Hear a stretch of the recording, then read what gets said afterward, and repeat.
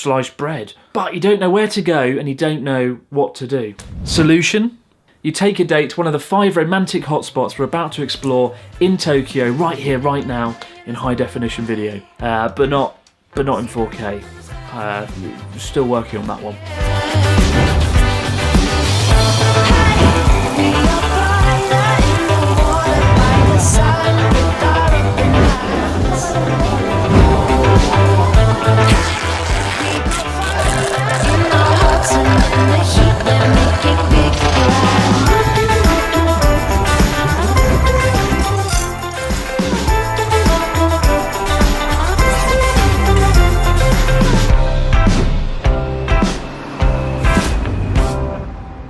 So we're on the sky deck of Mori Tower, which is a 238-metre building right in the middle of the city, with amazing views of Tokyo Bay over there, Shinjuku over there, Yoyogi Park, the Emperor's House. You can see it all from here, amazing 360-degree views. So in my opinion, this is the best view of Tokyo.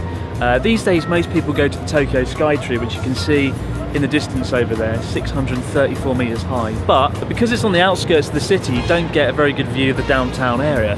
Similarly, Tokyo Tower, which I feel like I can reach out and touch from here, has a great view, but you can't see Tokyo Tower because you're in it, so it's a pretty big flaw. This is it, this is the best one. Better still, Mori Tower is cheaper than the Tokyo Skytree, costing just 2,300 yen to get up on the rooftop, compared to the Tokyo Skytree, which costs 3,000. Plus, there are usually waiting times. I guess it all comes down to, would you rather have the better view, or would you rather feel like you're in an airplane? If it's the latter you want, go for the Skytree. Bring your cameras, bring your friends, bring your family, bring them here, and enjoy the best view there ever is of Tokyo, and ever was, and ever will be. Unless they build a taller building with a sky deck. Or you have a helicopter, in which case, I hate you. I'm going to give Mori Tower the Best View in Tokyo award, which is a rather uncreative name, but it's true, it is. It says what it is, it does what it does, yeah.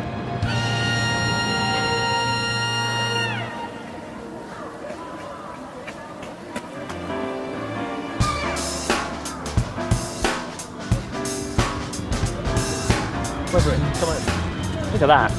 Look at that. That is Yoyogi Park in autumn. Best time to visit Japan, October to about November, because the autumn colours are phenomenal, as you can see here. Tokyo doesn't have a whole lot of parks given its size. It is a bit of a concrete jungle, but this is a bit of an oasis right in the heart of the city. It's absolutely stunning. It's a really vibrant kind of place to be. There is Shinjuku Park, which is quite nice. The only thing is you've got to pay to get into Shinjuku Park, so that means Yoyogi Park's better. Although apparently from 2014 to 2016, if you were a foreigner going to Shinjuku Park, you might have gotten away with going in for free, as there was a member of staff there who was too scared to charge foreigners money to go in, and they reckon he didn't charge 160,000 foreigners, so you might have gone for free, but not now. Definitely not now. I think Yoyogi Park is probably the best people watching spot in all of Tokyo as well. You can see so much going on here. People dancing, people throwing leaves in the air, people walking their dogs, sitting on benches, laying down, having a nap. There's so many different like microcosms of society all here in the park that you just don't get bored walking through it.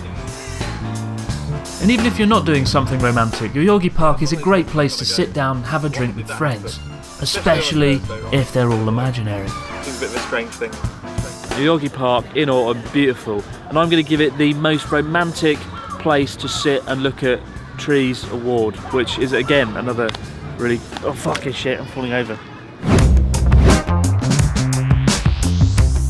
If standing on the rooftop of a building for 2,300 yen isn't quite romantic enough for you, there's an almost as good viewing spot over in the Shinjuku skyscraper district called the Metropolitan Government Building, with a free, yes free, observation deck and a restaurant where you can sit and have coffee and cakes with the world's biggest city sprawling out before you. Unfortunately, the coffee and cakes aren't free, but then again, you can't have everything in life. Well, unless you're Elon Musk or Jeff Bezos, then you can.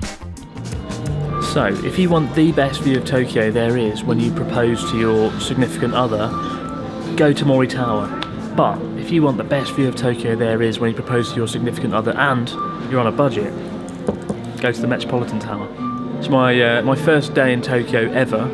5 years and 2-3 months ago, I actually came up here and sat here and had a chocolate cake and sat here and looked across the skyline and thought, yeah, I'm in Japan. And then I was so jet lagged that I just fell asleep, and I was woken up 20 minutes later by someone prodding me and waking me up.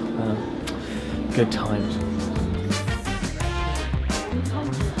One thing you've got to watch out is, because it's free, it's ridiculously busy here, so that kind of kills the romantic element a little bit. That said, still an amazing view, not quite as good as Mori Tower. Mori Tower is right in the centre of Tokyo, so you've got an amazing 360 view. This, we're kind of on the edge a little bit. It might not have as good a view as Mori Tower, but it does have an exciting gift shop filled with incredible toys that will undoubtedly heighten the romantic atmosphere.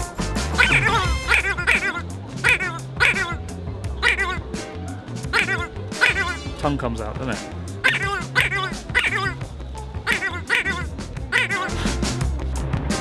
So that was the Tokyo Metropolitan Tower. Bloody good view, bit crowded. I'm going to give it the most romantically spectacular view that's free award because it's free. The price is free, and yeah, it's free.